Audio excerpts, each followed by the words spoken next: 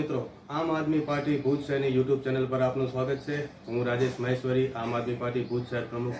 મિત્રો, ward number 2 Shantinagar વિસ્તારમાં ઉભરાતી ગટરના નિવારણ માટે સ્થાનિક લોકો સાથે આજરોજ આમ આદમી પાર્ટી ભુજ દ્વારા નગરપાલિકાએ આવેદનપત્ર પાઠવવા માટે ગયેલ હતા અને નગરપાલિકામાં મુખ્ય અધિકારી તથા મેયરશ્રી હાજર મળી આવેલ ન હતા, જેથી આમ આદમી પાર્ટી તથા સ્થાનિક રહેવાસીઓ દ્વારા ધરણા પ્રદર્શન કરવામાં આવેલ હતું અને ત્યારબાદ કચ્છ કલેક્ટર સાહેબને આવેદનપત્ર પાઠવવામાં આવેલ હતો અને કચ્છ કલેક્ટર સાહેબ દ્વારા એવી હૈયાધારણા આપવામાં આવેલ હતી કે આ સમસ્યાનું તાત્કાલિક નિવારણ કરવામાં આવશે। જે પાણી છે, ગટરનું પાણી છે, એના કારણે ત્યાંના રહેવાસીઓને સમસ્યા થાય છે, તકલીફ થાય છે, કેમ કે ત્યાંની જે ગટરની કુંડીઓ જે છે, બરોબર નાલીઓ છે, એમાંથી પાણી આગળ જતું નથી, પાણી બહાર નીકળે છે અને માણસોના અમુકના તો ઘરમાં જાય છે ને અમુકના રસ્તામાંથી જાય છે, જેના કારણે નાના મોટા બધાને અવર જવરમાં તકલીફ પડે છે।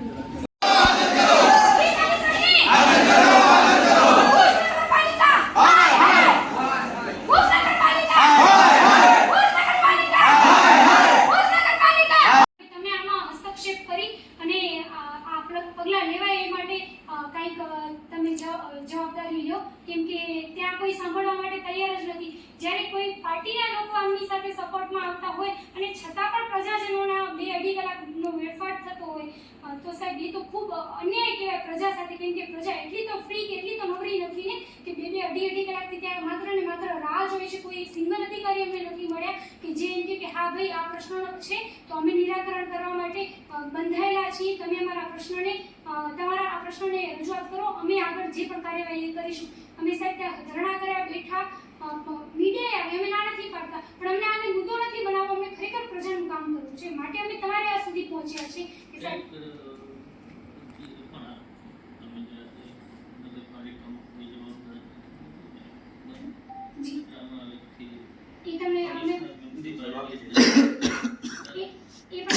લેખિતમાં આપી દઈએ છીએ, જેથી સાહેબ અમે આજે ગયા આવા કેટલા પ્રજાજનો રોજ જઈને ત્યાં બેસતા હશે અને સાહેબ જો એક વ્યક્તિ અધિકારી એવો ન મળતો હોય કે આ કામ થાય તો પ્રજા જાય કોની પાસે?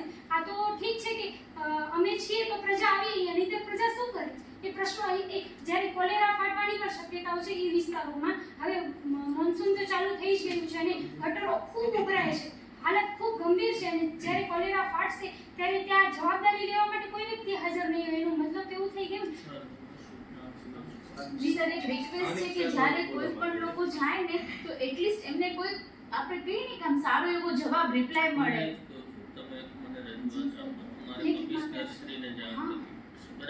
જો બધા એમ કે હાથ ઊંચા કરી છે, અમને ક્યાંય ખ્યાલ નથી ને કમિશનર મ્યુનિસિપાલિટીના ત્યાં તો આપણે એમને લેખિતમાં આપી દઈએ છીએ સર અમે આપને।